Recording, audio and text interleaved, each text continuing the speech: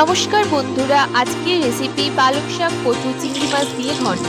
প্রথমে রেসিপিটা একটু দেখে নিন। পালং শাককে ভালো করে ধুয়ে কেটে নেবেন, কচুকেও ভালো করে কেটে নেবেন, চিংড়ি মাছ পরিষ্কার করে বেছে নেবেন। এরপর কড়াতে তেল গরম করতে দেবেন।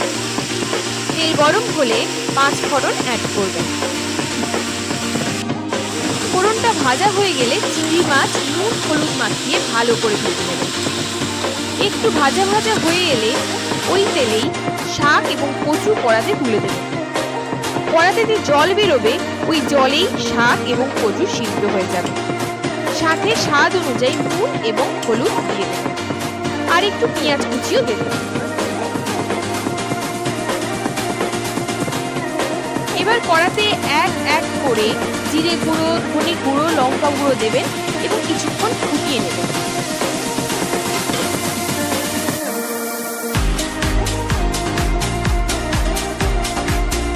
এইরকম হয়ে এলেই বুঝবেন আপনার রান্না রেডি। বাড়িতে এরকম রান্না করে খাবেন, কেমন লাগলো আমাকে জানাবেন। ধন্যবাদ।